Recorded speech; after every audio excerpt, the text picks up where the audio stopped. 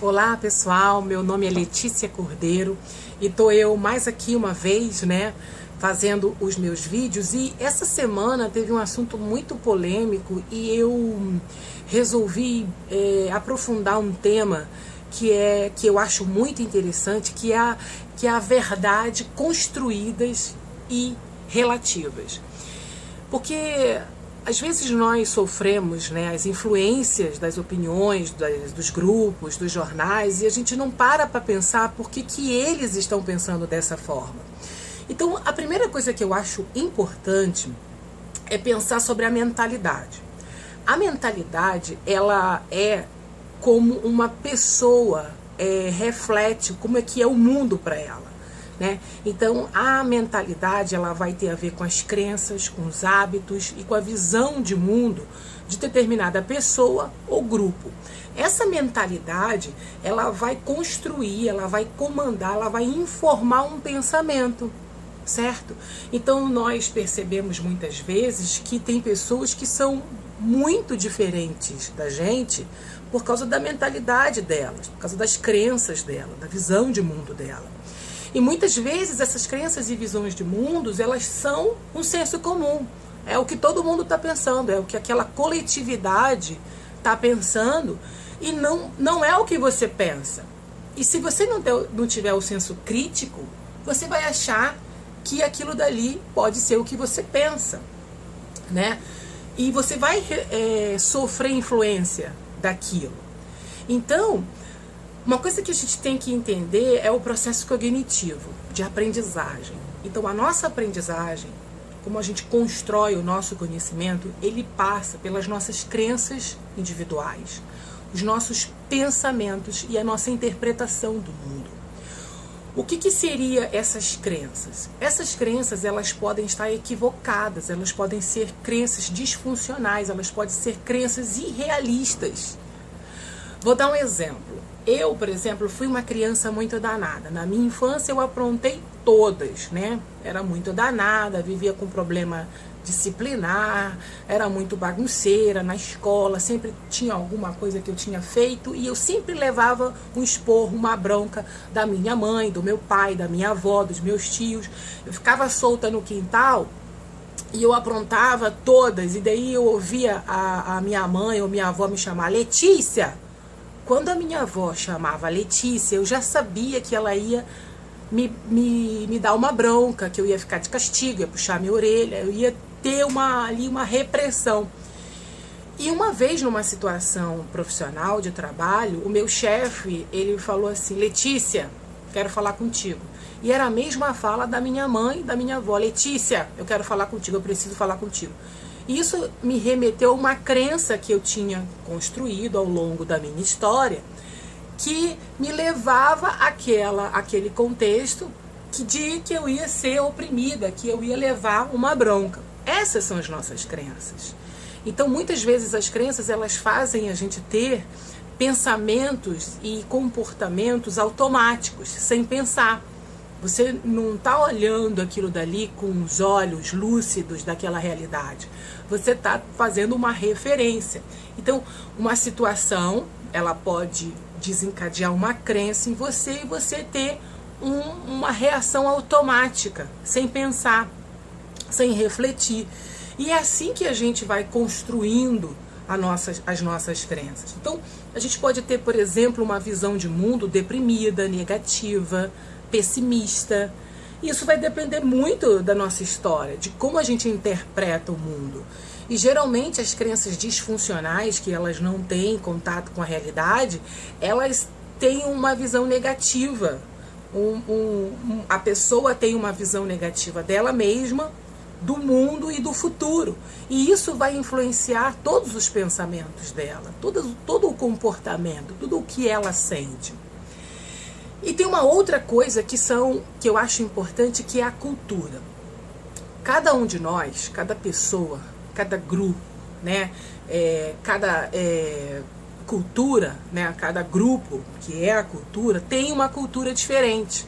Então, assim, eu venho de uma cultura diferente, E o que são as culturas? São as crenças, a mentalidade, as leis, os costumes, os hábitos, é a comida, é a forma de se vestir. Você vai numa cidade grande, como São Paulo, por exemplo, você tem a cultura do cinema, a cultura do teatro, a cultura gastronômica, e você que vive num outro lugar, numa outra região, você consegue comparar a sua cultura com uma cultura diferente, porque justamente você se distancia da sua cultura e toma contato com outra cultura, e isso proporciona uma reflexão, uma comparação. Olha como eles pensam, olha como eles agem, né? É diferente de mim, diferente das minhas referências.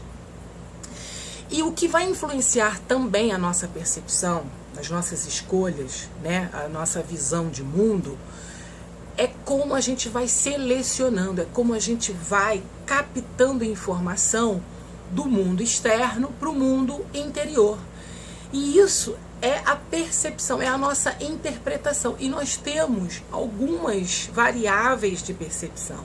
Nós temos a atenção seletiva, que é justamente aquilo que você olha, por exemplo, num supermercado, e você encontra um produto, se você for uma pessoa careca, se você está calvo, não tem cabelo, e você olha para aquele produto que vai atender o seu desejo, a sua necessidade, aquilo, a sua expectativa.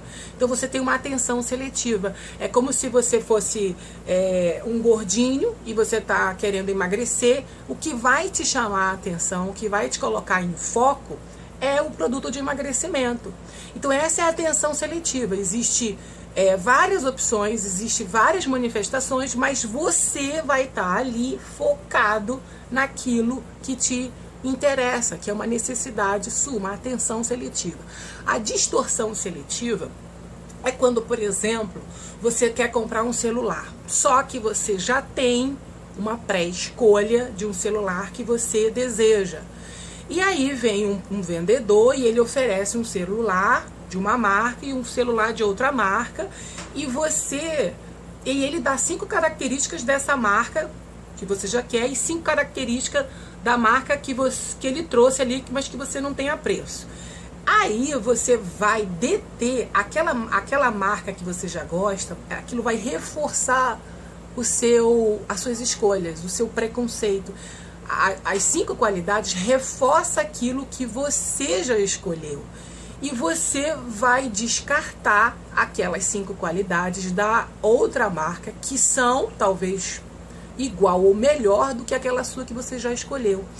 E a retenção seletiva é justamente quando essas informações chegam até você, o vendedor traz 5 características positivas de uma marca, 5 características positivas de outra marca, e você esquece, deleta, e só leva na sua memória aquela que vai te agradar. Então você fez uma retenção seletiva.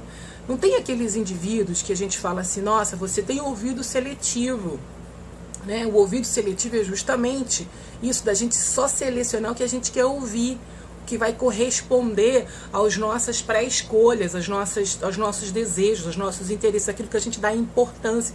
O que a gente não dá importância, a gente deleta. A gente faz de conta que não existe. E isso é importante da gente pensar, porque na hora que a gente está emitindo uma opinião, fazendo uma escolha, se posicionando diante dos grupos, né, dos acontecimentos sociais que os jornais vendem, nós estamos interagindo o tempo inteiro com essa complexidade de informações e de construções que nós somos. Ninguém está livre disso. E o que é legal dentro de tudo isso que eu estava analisando, que eu acho importante passar, é justamente que quando eu vou dar uma opinião, eu estou sofrendo influência de várias coisas, da minha história, da minha mentalidade, da minha cultura, das minhas percepções, das minhas crenças individuais. Eu não posso simplesmente esquecer que eu sou esse conjunto de coisas, que eu me manifesto dentro desse conjunto complexo de conceitos e coisas. Tem uma história muito boa dos 7 sábios que são cegos, e eles estão ali numa aldeia. Todos eles são cegos, mas são sábios. E um deles resolve sair e ir até a montanha, enquanto que os 6 ficam na aldeia. E chega na aldeia um elefante, trazido por uma criança. E cada um dos cegos, ao apalpar o elefante, descreve uma realidade. O que apalpa na tromba diz que aquele animal parece uma cobra. O que apalpa nas patas do elefante diz que aquele animal parece uma árvore. E que aquele que apalpa no rabo do elefante diz que o animal parece uma cobra. Aquele que pega nas orelhas diz que aquele animal é um leque. E aquele que sobe no elefante diz que aquele animal parece uma parede, uma estrutura. Quando o sétimo sábio, cego, desce a montanha, ele percebe aquele caos, aquela variedade de opinião, as várias verdades. Ele pede para a criança desenhar na areia do que é que eles estão falando. E a criança desenha o elefante. E aí ele apalpa a areia e ele observa que todos estão certos, que todos os cegos sábios estão falando a verdade. Porém, eles estão emitindo parte da verdade. E isso é legal porque a gente precisa fazer esse exercício da relatividade, né?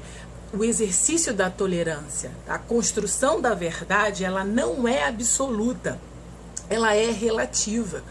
Porque ela é tão relativa que ela vai depender das crenças individuais, da história pessoal, da subjetividade de cada um, de contextos aleatórios, de contextos históricos.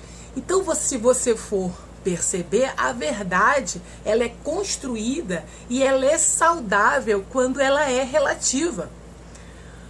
Eu acho que o grande objetivo é como a gente se comporta diante de situações que não são absolutas, situações que não são plenas, acabadas, fechadas, que elas o tempo inteiro estão em construção, são flexíveis. E como é que a gente se comporta diante desses contextos, tá bom? Foi legal falar com vocês, um beijo e tchau!